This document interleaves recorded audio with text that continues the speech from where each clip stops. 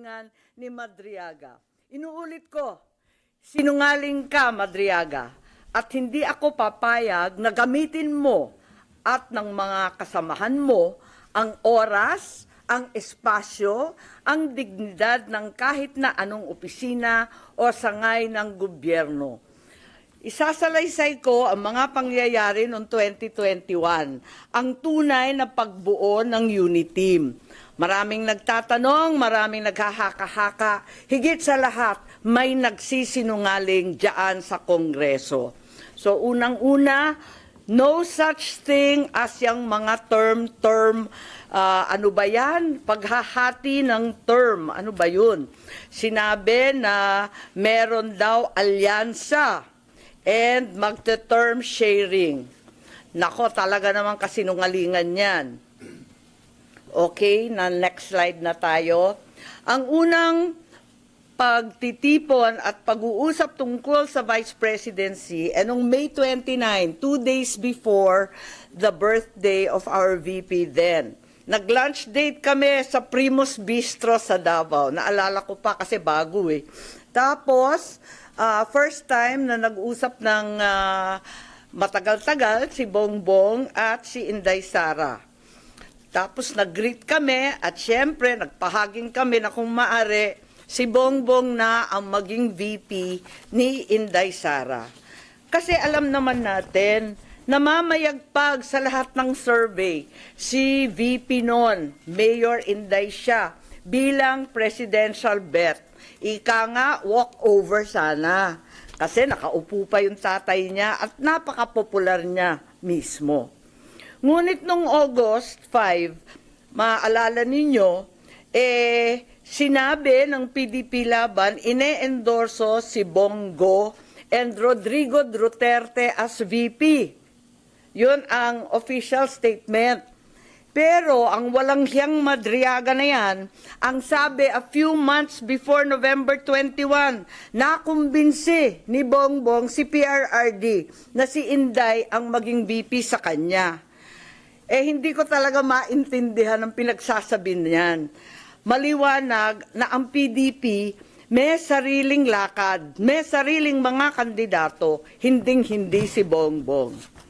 Nag-umpisa kami mag-usap-usap sa isang GC noong September 7. Nag-uusap na kami, pero nag-decide ako, mag-GC na tayo. At sa awa ng Diyos, kahapon, sa yamot ko, sa inis ko, dyan, sa sinungaling na yan, na hanap ko ang aking lumang cellphone, andito.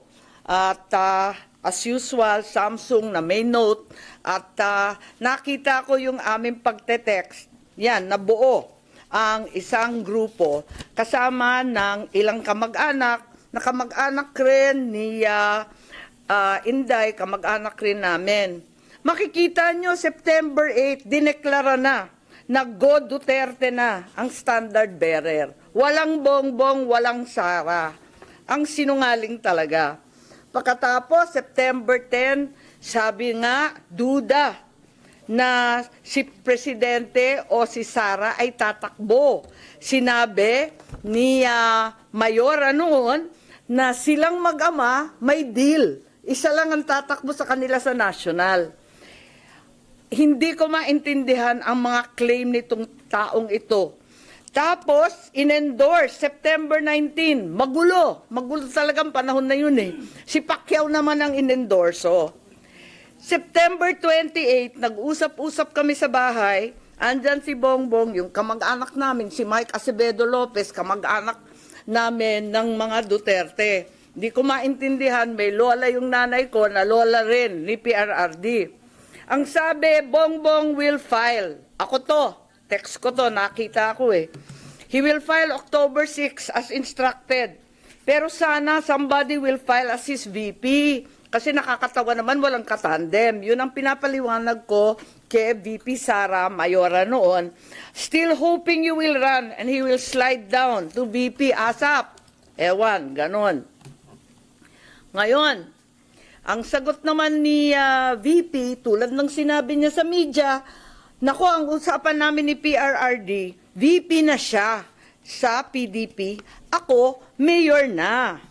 At yun nga ang nangyari. The same day, VP Sara, then Mayor, filed her COC as Davao Mayor. Diba, nangyari yon. Pagkatapos, eto, October 6, si Bongbong nag-file candidacy for President at ang maliwanag, mag-isa lang siya. Kasi eto nga, inaasam-asam namin na si Mayora pa rin ang kanyang katandem. Pero itong Madriaga dyan sa Congress, sabi niya na si PRRD daw, sinabi sa kanya noong November 21 na si BBM tatakbo at si Sara ang VP. Anong kasinungalingan yan? October 6 pa lang nag-file na si Bongbong na mag-isa. Kaya magtataka ka talaga. Maalala po ninyo na nung pagkatapos nun, ayan na yung kay Bato. Maalala ninyo, biglaan pinatakbo si Bato at para siyang seat warmer lang at ang inaakala ng tao si Bongo at saka si Presidente Duterte ang kanyang VP. Huwag nilang ginugulo ang kwento. Talaga naman, maliwanag to. Hindi ko maalala ito pagkat hindi ako sang-ayon. Ang nangyari sa October, pag-file ni Bongbong, pinatawag siya ng PDP sa palasyo. Yun ang totoo. Hindi yung sinasabi ni Madriaga na kaming magkapatid, pumunta kay PRRD para mag-term sharing deal. Walang ganon, walang alam si PRRD, kasi nungalingan yun.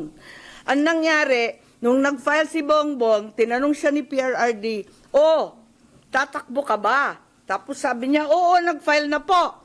Nandun yung PDP, si Alcusi, si Bongo, si Medialdea yata, wala ako Kasi ayokong pumunta si Bongbong, sabi ko sa kanya, hoy, wag kang pupunta dyan. Sabi niya, nakakahiya naman ang nagpapatawag sa Pangulo. Sabi ko, kukuyugin ka lang ng PDP, pipilitin kayo. Wag ka nang pumunta. Tapos, napakiusapan yata at pumunta siya nung una. Second time, pumunta rin siya. Pinatawag na naman siya kung talagang ayaw niya. Dalawa lang option. Manatili siyang presidente, pero ang kanyang vice president si Bongo, ang buong cabinet hawak ni Bongo. Parang ganun yung kwento. Hindi ko maalala kasi yun nga, hindi naman ako sang-ayon doon sa pagpunta niya. Tapos, yung isang option, Bongo for president, si Bongbong na lang ang vice. Parang ganun ang pinag-uusapan ng PDP. Si Presidente, tinatanong ko si Bongbong, anong sabi naman ni PRRD? Sabi niya, wala naman sinasabi masyado, sinabihan na lang akong good luck kung tatakbo ka. Parang ganun. Sabi ko, umuo ka ba o hindi? Sabi niya, ano pang gagawin ko? Di umuo ka. Wala naman siyang imik. Later on, ang pagkasabi ng mga PDP, parang nagkasundo na daw sila ni Bongbong at naon raw sila. Pero wala ako doon. Kwinento lang ni Bongbong, pagkatapos ng meeting niya, pumunta sa bahay namin.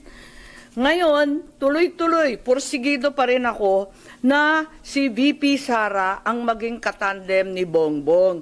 Kinukulit ko siya. Tapos, nung bandang October 27, kasi nga nabalitaan na pinapatawag ng PDP si Bongbong, nagtatanong, sure ka ba na aatras si BBM sa PDP talks? Ayan, andito sa telepono ko. Andyan, nakikita ba? Ayan. Oo nga, grabe sa media. Hindi ko naman iniinsulto yung PDP, pero tapos na yung mga salita-salitang ganyan.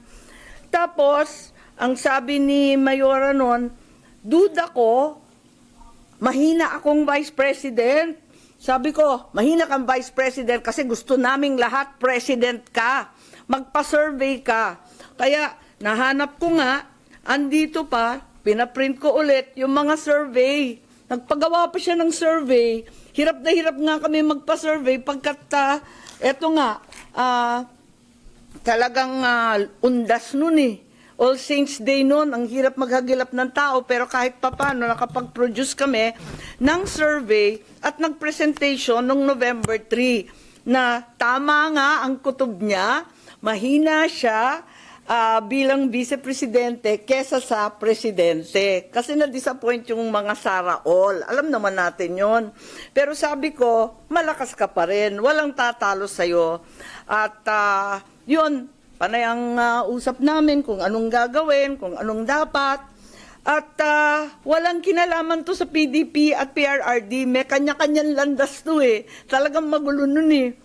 Makita ninyo, November 9, si Mayora nag-withdraw from the mayoralty race, Baste replaced her. So hindi ko alam yung mga November 21 ng Madriaga na yan. Pagkatapos noon, makita ninyo ang ating vice-presidente nag-resign sa Hugpong. Ayun, November 10 din yan.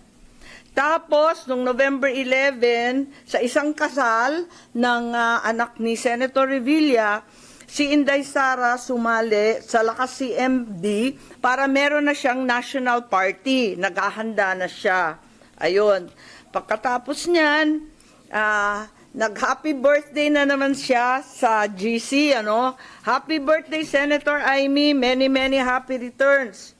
Tapos, tinatanong ako sa telepono, ano naman ang birthday wish mo? Sabi ko, birthday wish ko, same as last year, Inday for President. So, hanggang sa dulo talaga, pinagpipilitan namin na siya talaga. Ayun. Tapos, November 12, ang liwanag naman ng statement ng aking kapatid. No to possible term sharing. Kaya tumigil ang mga nagchichismis ng kalokohan. Bakit magti-term sharing? Pinipilit nga namin na yung buong term, ang pagiging Pangulo, para kay Inday. Makikihati pa siya. Saan naman kalokohan ng galing yon? This is not a good formula for stability. Tama yon. And the reason why 6 years is there is for the policies of government to continue. Ayan continue. And if we change government, magkakagulo. Ayan. Yan ang statement ni Bongbong, November 12. So, hindi ko maintindihan saan nagmula yan term sharing na kabulastugan na yan. November 13 pa, Go takes over as PDP laban presidential candidate. Talagang walang kinalaman sa PDP, walang alam ang dating Pangulo. Ayan, November 14, very publicly, pikon na pikon si Presidente at hindi niya alam ang pangyayari. Kasalanan po namin yon. Sara did not consult him on her 2022 plans. Sasabihin ko ang rason, di ako makasuporta. Ayan, binabanatan na naman niya. Kita naman natin November 14 na yan. Ewan ko kung saan yung kasunduan na pinagsasabi na kinumbinsi ni Bongbong o kinumbinsi si Bongbong, pati yung sinungaling, nagkabulbul na. I'm sure yung pagtakbo, desisyon ni na Bongbong, totoo naman, ang kulit-kulit kaya namin. Tapos, November 16, sabi ni Nograles, wala nang Duterte go. November 16 din, talagang nag-iisip na kami ng kampanya kasi pumila na eh. So doon sa group chat, makikita ninyo, I like unity, power tandem yan. Sabi ko, uniteam. Tapos sabi, only team. Okay, ilabas ko na to. Uniteam na tayo. At doon nagmula yung uniteam, November 16. Okay? So, hindi ko maintindihan yung November 21, nangangampanya na by November 21. Nako. Pero, hindi pa rin napapawi ang galit ni PRRD November 18, bumabanat pa rin kay Bongbong. Asan ang pagkakasundo dyan? Tapos tuloy-tuloy na po, November 21, nasa Davao, nasa Mindanao, November 25, tuloy-tuloy na yung mga partido na sumapi. At finally, matagal to December 14, tsaka lang nag-withdraw at umatras si Bongo bilang presidente. Kaya gusto ko lang itweet itong mga kabuktutan na mga ito at sasabihin ko lang na pawang kasinungalingan ang pinagbibitaw ng Madriagang yan. Kung meron mang itinuro ang kasaysayan sa isang Marcos katulad ko, yun ay maging tapat sa bayan at sa iyong prinsipyo. Hindi nila kayang sirain si Inday dahil hindi siya gumawa ng ikasisira ng kanyang pangalan. Kaya gagamit sila ng taong wasak na ang pagkatao para subukan wasakin din ang vice-presidente. Oo, inaamin ko, ginamit ako at naging kasangkapan ng isang gobyernong taliwas ang pamumuno sa uri ng serbisyong bayang iminulat sa akin ng aking ama. Ito ang gobyernong nangako na pagpapatuloy ng nasimula ni PRRD, ni Presidente Rodrigo Roa Duterte, ngunit naging simula ng pagbagsak ng ating bansa. Kahit kailan, hindi ko kinonsinti at wala akong balak konsintihin ang kapatid ko. At kahit kailan, hindi rin naman ako tatahimik. Hindi ko hahayaang harap-harapan magsinungaling ang isang tao para matupad ang ambisyon ng iilan at tuluyang mailibing ang ating bayan. Sa korupsyon, sa kasakiman, sa walang saysay na pamumulitika, kahit ngayon sa harap ng malupit na krisis. Bongbong, Pangulong Marcos, alam mo ang katotohanan. Andun ka, magkasama tayo. Kung hindi mo ito ipinag-uutos, walang dahilan para hindi mo itama ang kasinungalingan na ito. Huwag mong konsintihin ang mga politikong ginagamit ang sinungaling na si Madriaga. Yun lang po. Ma'am, pero kilala niyo si Madriaga na talagang tao ni VP Sara? Huhi! Sino ba yun? Hindi siya kilala. Pero ma'am, doon sa ginawa niyo ngayon na press con, di ba possible na umakyat dito sa Senate yung impeachment case? Hindi kaya ma-question na yung inyong pagiging impeachment judge? Ang totoo, hindi ko maintindihan kung anong koneksyon nito sa impeachment case. Ang sinasabi ko lang, yung katotohanan tungkol sa mga pangyayari noong 2021 na walang kinalaman sa impeachment. Mananatiling akong juror at judge at pakikinggan ko yung ebidensya nila. Pero sa aking tingin, wala naman tong koneksyon at hindi naman yata bawal magsabi ng totoo. Kasi ma'am, doon sa hearing kahapon, iwas na iwas sila na yung mga possible probing question, yung pag-question sa credibility, dahil sa Senate daw dapat pag-usapan yung credibility ni Madriaga bilang testigo. Ang sinasabi ko lang, yung mga claim niya, alam na alam ko na hindi totoo at palagay ko, walang koneksyon sa impeachment.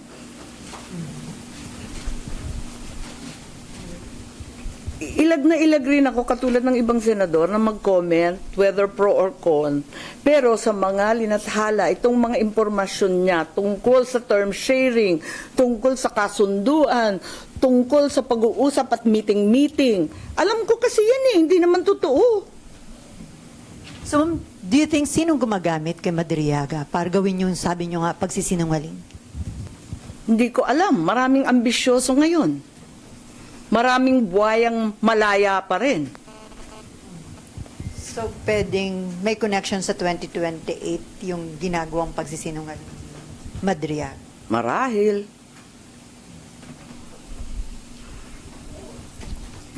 Ma'am, but in racing, yun pong mga, sabi nyo nga po, truth, na hindi totoo yung sinasabi ni Madriaga. Are you also questioning his credibility bilang witness doon sa impeachment hearing?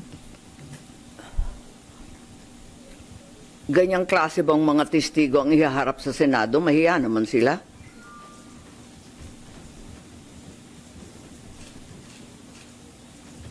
But yung kahapon po na hearing, yun nga po as mentioned earlier, iwas po yung mga congressman daw na pag-usapan yung credibility. Meron pa pong na-strike off the record ng mga comments about credibility of Madriaga. Do you agree with that, ma'am? Pasensya, hindi ko napakinggan yung hearing kahapon dahil may hearing rin tayo dito yung tungkol sa Roblox, di ba? At naghahanap nga ako ng IME solution na matapos na kasi mga kabataan na nakasalalay dun eh.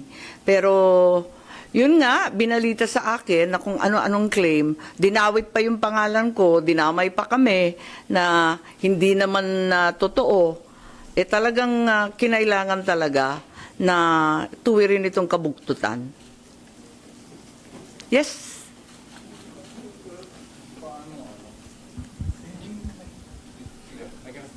Ma'am, balikan ko lang si Madriaga.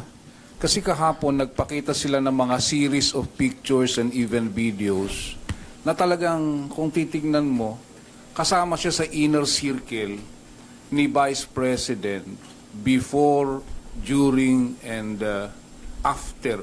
Pasensya, hindi ko Na manalo. nakita. Tulad ng sinabi ko kanina, unang-una, may hearing ako, marami tayong trabaho dito sa Senado.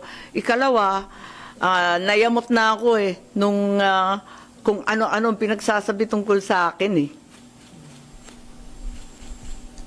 Hindi ko nakita sa madaling sabi. Pero personally, ma'am, you never had any chance of...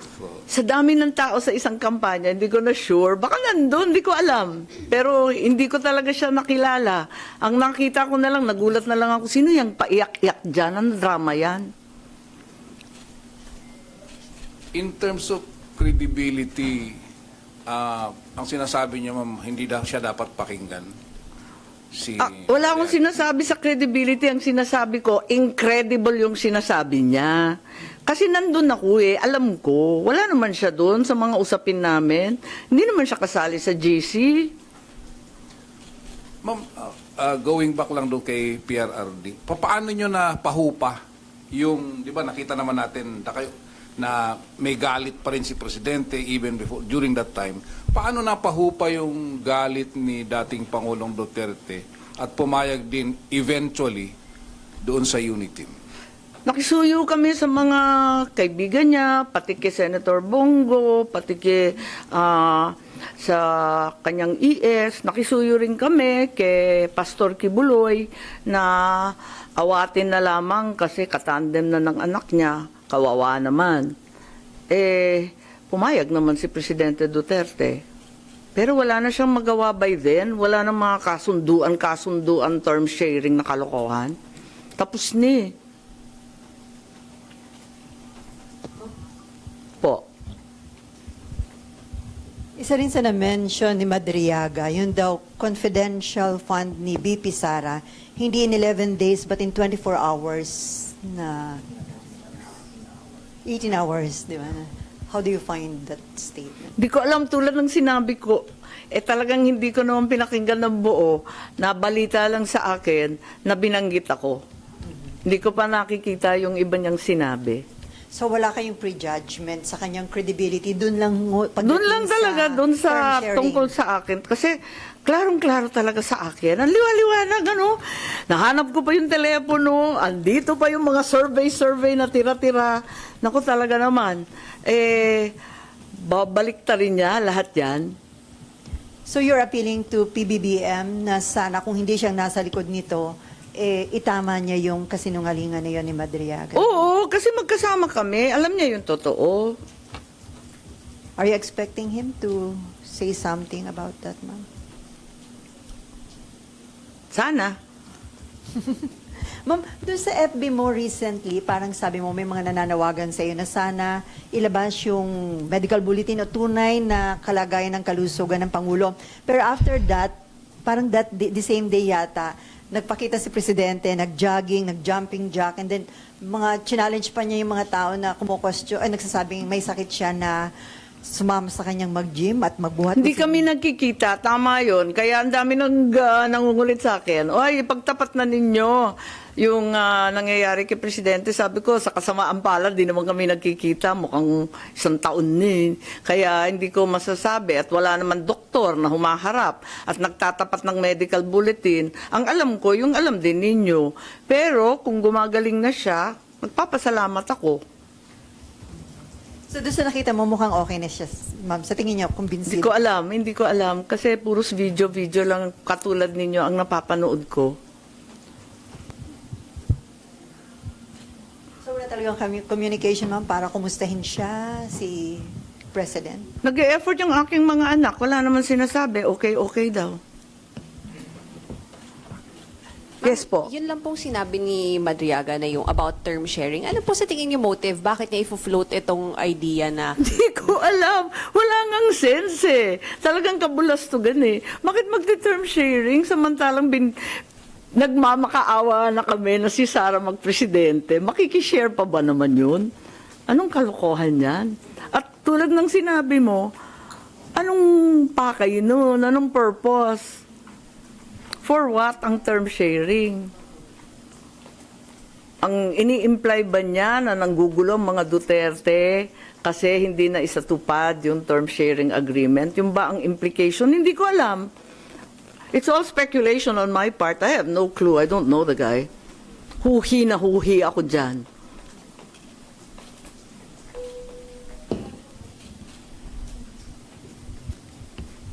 Ma'am, with the questionable statements of Madriaga, do you think dapat i-strike off muna sa records yung mga statements niya and check muna yung credibility niya? Kasi nabanggit niyo na nakakahiya naman kung ito yung testigo na iyaharap sa Senado. Matagal ako sa Congress at alam ko maraming magaling dyan. Sila nang bahala kung anong gagawin. Pero tulad ni Tanya Gaisano Lee na painter, na pinabulaan din yung tungkol sa painting, na hindi siya scholar na taga Laguna, kundi isang tumataginting na Gaisano pa, talagang maraming hindi totoo. Nag-statement din si VP Sara tungkol sa bar exam niya. So, ako, nagdadagdag lang ako ng alam ko. Kung anong gagawin ng Kongreso, nasa sa kanila yan. Saan yung ginagawa po ba ngayon ng HOR dito sa impeachment proceedings? Sa tingin niyo po ba dapat dito sa Senate ginagawa yun? Kasi may presentation of evidences na po and witnesses sa HOR ngayon po eh. Hindi ko alam, may nagsasabi na parang mini trial. Pero Congress has its own rules, may sarili silang patakaran, may sarili silang pinatutunguhan. So ma'am, kapag umakyat dito sa Senate yung impeachment case against BP Sara, pagdating sa punto na yun, iko-confront nyo si Madriaga? Hindi ko masasabi yun kasi talagang hindi ko pa rin masalat kung paano yung connection sa impeachment nito eh.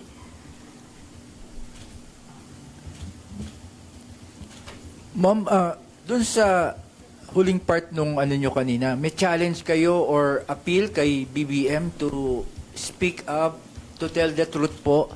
Ano po yung particular po dun sa, yung negotiations po na i-kontra nyo, ibabangga kay, dun sa statement ni Madriaga? Sinabi ko na di ba, yung term sharing, yung November 21, yung mga kinumbinsi, natatakbo.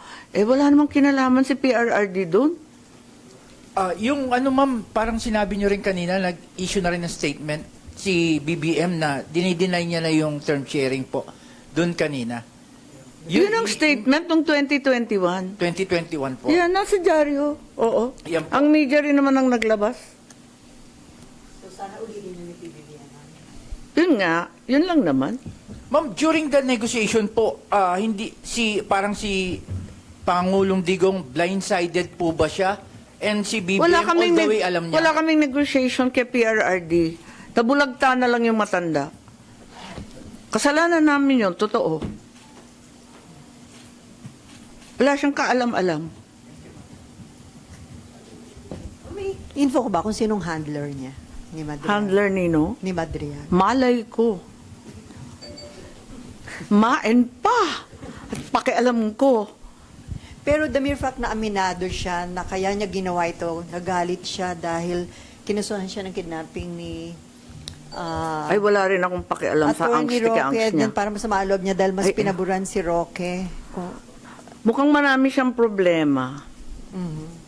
So may motibo siya, ma'am. Ba't niya Hindi ko ginawa? alam. Marami siyang problema. Hindi ko alam. Hindi ko siya kilala. Ang alam ko lang, yung katotohanan ng mga pangyayari noong 2021 na walang kinalaman sa kasinungalingan niya kahapon. Okay.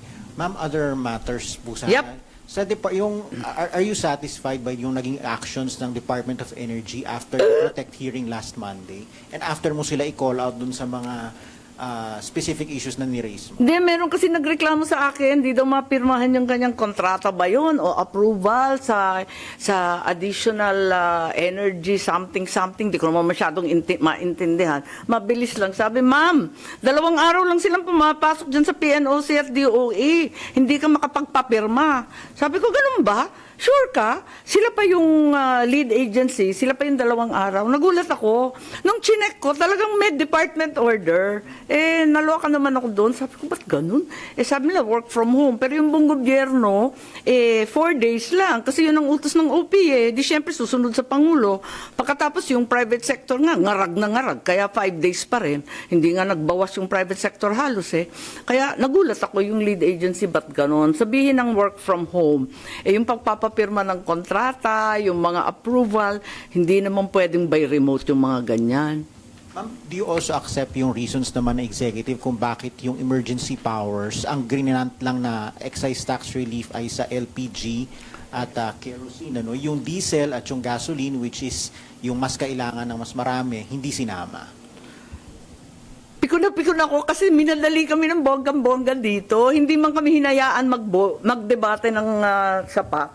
Kasi ako, nung pinagpipilitan yung excise tax ng emergency, pinapaliwanag ko at nais ko sana magkipagdebate na yung excise tax, magbe-benepisyo dyan yung mga dambuhalang oil companies. Hindi naman dadagundong yan sa mga customer. Kaya sinasabi ko na baka hindi yan ang tama. Tapos wala pang income, walang revenue, walang koleksyon ng gobyerno para ipamahagi on a targeted and focused basis sa mga talagang hirap na sektor. Kaya wala, no opportunity to debate. O sige, adi umalis na ako noon at sabi nila, pinasa na daw yung sa excise tax. O di sige. At sabi ko, aralin ninyo sana yung VAT. Sabi nila, napakahirap niyan, may input-output. Mahirap nga, pero kayang gawin. At point of sale yan, ramdam kagad yung 6 pesos, 7 pesos kung ano maibabawas. Ramdam kagad sa gas station. Walang nakikinig Sabi nila, basta kailangan, emergency. O sige, alis na lang ako para wala nang ingay. Pag labas naman ng order, katagal-tagal. Gaano ba katagal? 3 linggo? Ang tagal na. 1 buwan na halos Oo, 1 buwan na. Anong klaseng emergency yung inupuan ng 1 month? Tapos paglabas, lusaw na lusaw. Ano ba naman yung mga kerosene and LPG na yan? Ang kailangan talaga, dumaan na at lumipas ang anihan.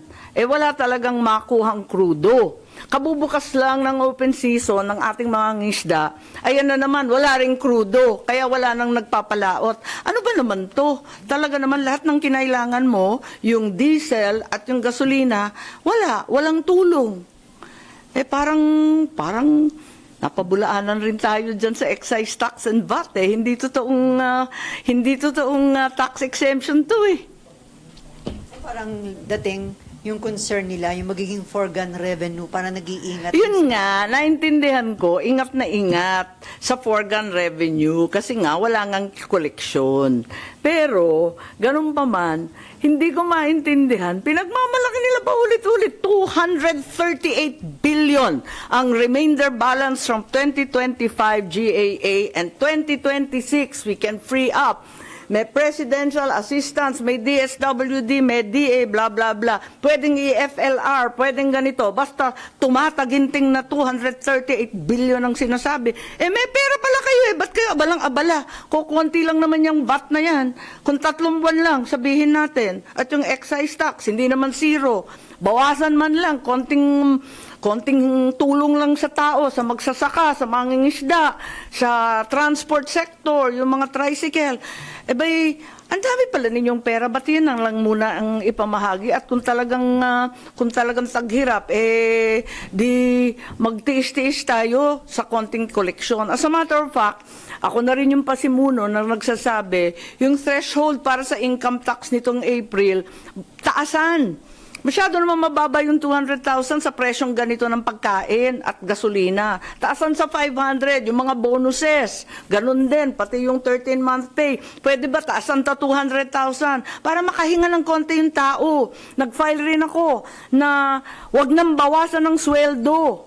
Wag nang tanggalin yung mga GSIS, SSS, PhilHealth, Pag-ibig. Awa naman ng Diyos. Hirap na ang tataas ng presyo.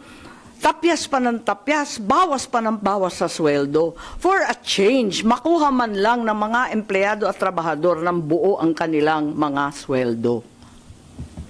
Ma'am, gusto namin yun. Yung Oo, requirement. alam ko. Kasi maraming pumapalakpak ng tenga. Ayun. Ma'am, kahit may panawagan kayo na direkta ng mag-order tayo, mag-purchase ng oil sa Russia, pero still, according to Energy Secretary Garin, nakipag-coordinate siya sa DFA para i-request na magkaroon ng another window or extension doon sa sanction waiver. Kaibigan ko si Sharon pero hindi ko siya gets ha, promise ha. Di ba kahapon, andun na sa Russia si Prabowo ng Indonesia. Ba't sa kanya pwede? Bakit tayo hindi? Di ba may ambassador rin tayong Russian na narito, very cooperative, parati nakikipag-meeting yan. Meron rin tayong ambassador doon sa Moscow. Pauwiin na natin lahat yan kung via Washington DC ang ating negosasyon sa Russia. Hindi ko talaga maintindihan. So, hiningi ko kay Secretary Lazaro, kasi sabi ng DOE, they're only deferring to the opinion of DFA. Pues, DFA, pwede ba? Ipaliwanag nyo sa amin yan at hindi ko talaga maintindihan. Takot lang tayo sobra sa US po. Hindi ko alam sa kanila. So, ang implication nun, mas magiging... Pero hindi tayo takot mabomba. Halabira pa rin ang EDCA. So, mong pagka ganun, mas mabagal yung proseso ng pag... Eh, di ba emergency nga, urgent nga? Di ba? Sabi nga sa Jensan, sa Zamboanga, wala na, patay na ang industriya ng commercial and even municipal fishing. Wala na sa 1 linggo. Uuwi na silang lahat. Wala nang kayang bumili ng krudo. At ang sabi, hindi, kasi kailangan pumunta sa Washington DC, kausapin yung, State Department, Department of Trade, Department of, maraming department, 2 department ang sinabi, nakalimutan ko na nayamot ako Basta 2 department ang pakikisuyuan doon sa US, tapos babalik yung ambassador natin sa Washington, tapos pupunta na naman sa Russia kung okay ba, tapos mangungontrata tayo. Ano ba yun ang gulo-gulo? Bakit yung Petron? Dire-diretso si Ramon Ang nakapagdala ng ikalawa ng shipload para sa Petron. Bakit kaya ng private, hindi kaya ng gobyerno? Di ko gets. Ma'am, ipagdagting po kaya sa mga paayuda, kahapon po kasi sabi ni Senator Tulfo, concern niya yung pag-sustain ng ayuda. Pag na-trigger din daw po sakaling bayanihan 3, saan daw po kukunin yung pera para sa mga sektor. Do you have the same sentiment po? Oo, totoo naman, may hangganan talaga ang pagbibigay ng ayuda, unfortunately. At yun nga ang pinangangambahan. Pero wag naman idamot yung 238 billion. Andyan na yan. Ikalawa, sino bang binibigyan? Kasi nalilito ako Kasi di ba transport, agri, fisheries, mga commuter, yan ang dapat talaga bigyan kaagad. Hindi naman sila nakikinabang, di ko maintindihan. Akala ko nga, pag angkat ng oil galing sa Russia, diretso nang ibebenta ng gobyerno sa ating mga sektor na nangangailangan. Yung pala, dadaan pa sa mga private oil companies, pagkikitaan pa, papatungan pa, may cartelization, may collusion, ano ba talaga? Kaya, ewan ko, hindi ko talaga maintindihan kung ano talaga ang nangyayari. Pinagmamalaki nila, marami silang pera. Bakit yung ayuda, 10,000 people lang ang recipient? Pagkatapos yung binibigyan, ibibigay sa may-ari ng malalaking bus company. Pero yung driver, wala. Yung mga mismong operator ng jeep, wala. Hindi ko talaga maintindihan. Kanino bang listahan yan? Ma'am, so dapat po ba pati po yung oil deregulation law i-repeal na rin po o amyendahan? Well, meron akong final. Hindi total deregulation, hindi na pwede yon. Yung katulad nung sinasabi ni Senate President. Para sa akin kasi, kailangan hinay-hinay. Sa oil deregulation, ang akin muna, sa unbundling. Kailangan may transparency. Paliwanag naman ng ating mga oil companies, bakit 280% ang increase ng crudo, ng diesel, yung gasolina 200%? Bakit naman nagkaganon? Bakit yung ating mga kapitbahay sa ASEAN 20%, pinakamataas na 30%. Bakit sa atin 100%? Hindi ko maintindihan eh. Kaya siguro kinakailangan at sinulat ko doon, unbundling katulad ng ginagawa sa kuryente, ano, ipaliwanag yung iba't ibang items, bakit nadagdagan ng labis-labis at tignan natin kung totoo, unbundle our rates. And at the same time, conduct hearings. Kapag magtataas, sasabihin na naman, di ba, next week meron na namang pagtaas ng presyo, karo-rollback lang, itataas na naman. Ano ba ito? Parang nakakahilo na tong tsubibong to. Next week, sabi, tataas na naman. May paliwanag ba? May hearing ba? Nag-audit ba yung DOE? Bakit basta-basta na lang magpapahiwatig ng ganon? Hindi naman pwedeng ganun. So ma'am, naniniwala kayo may cartel sa oil industry? Hindi ko alam. Kailangan alamin at kinakailangan magka-hearing, kailangan may transparency, may accountability. Hindi ko lang ubos maisip bakit tayo ang pinakamahal ang langis sa buong ASEAN, sa buong Asia Pacific. Ma'am, according to Senator Win Gatchalian, para matulungan din yung mga middle class, i-absorb muna ng government yung premium sa SSS at GSIS ng mga empleyado. Well, sinabi ko na yan di ba? Yung SSS, GSIS, yung PhilHealth, yung Pag-ibig, lahat ng bawas sa sweldo. Wag muna, moratorium muna, maawat mahabag. 3 buwan lang, at least, makahinga man lang tayo. Di natin alam kung gaano katagal to. Pag-usapan natin sa pagkatapos ng 1 quarter. Pero pagbigyan muna ng 3 buwan na makaraos. Alam ninyo, ang problema dito, tumatanda na rin ako, dinaanan na kasi natin to eh. Ito kumbaga ay third oil shock na natin. Ang unang nangyari, 1974, tapos 1979, nakita ko, kasama ako ng aking ama, na umiikot ng mundo, humihingi ng langis. Kaya hindi to bago sa akin eh. Kaya nagtataka rin ako, bakit hindi na lang tayo dumediretso sa Brunei, Indonesia, yan, sa Russia, sa China. Marami naman tayong kaibigan, humingi naman tayo at pakiusapan. Ba't naman tayo natatakot sa kung sino-sino? Di ba kaibigan naman natin ng US, ba't tayo natatakot? Other issue, according to Senator JB, hindi siya makagalaw as Ethics Committee Chairman kasi hanggang ngayon hindi daw pumipirma yung minority doon sa rules. So hindi pa ma-adapt at ma-publish kaya hindi masisimulan yung pag-action sa mga ethics committee. Ay, ganun ba? Hindi ko alam, hindi ko sure. Hindi ko pa siya nakakausap tungkol dyan. Pero member ka ma'am na Ethics Committee? Yes. 3 ba kami? Si BG, si Marcoleta, saka ako. And Joel hindi? Hindi. Okay. Parang kaming 3. So ma'am, hindi ka pa pumipirma dun sa rules? Hindi ko alam kasi ilang beses na pinaltan eh. Hindi ko na maalala. Kailangan siguro mag-usap, hindi ko alam. Pero handa ano kang ng pumirma latest. dun ma'am sa rules? I don't know, ano ng latest version kasi? Yung rules po ang pinapalitan, hindi po yung composition ng committee. Hindi, wala talagang Hindi pinapal. talaga mapirmahan. Ay, hindi yung composition, di naman pwedeng paltan yun na-nominate na sa floor, tapos na yun. So, yung Roblox. Wala talaga. Tayo kay ma'am na wag iban. Well, kahapon, ang kasunduan, bigyan ng palugid ng 3 buwan, which to me, reasonable kung talagang maisasatupad yung mga pinapangako nilang mga safety measures na madaling intindihin at gamitin ng mga parents, di pagbigyan natin, full disclosure nga sabi ko, kasi nag-operate ako ng animation at game development studio. Gustong-gusto ko sana yung Roblox yan. Kasi binibigyan ka ng pagkakataon at kapangyarihan na gumawa ng sarili mong game. Ang bongga. Ako rin ang author kasi ng Creative Industries Law. Gusto ko yan.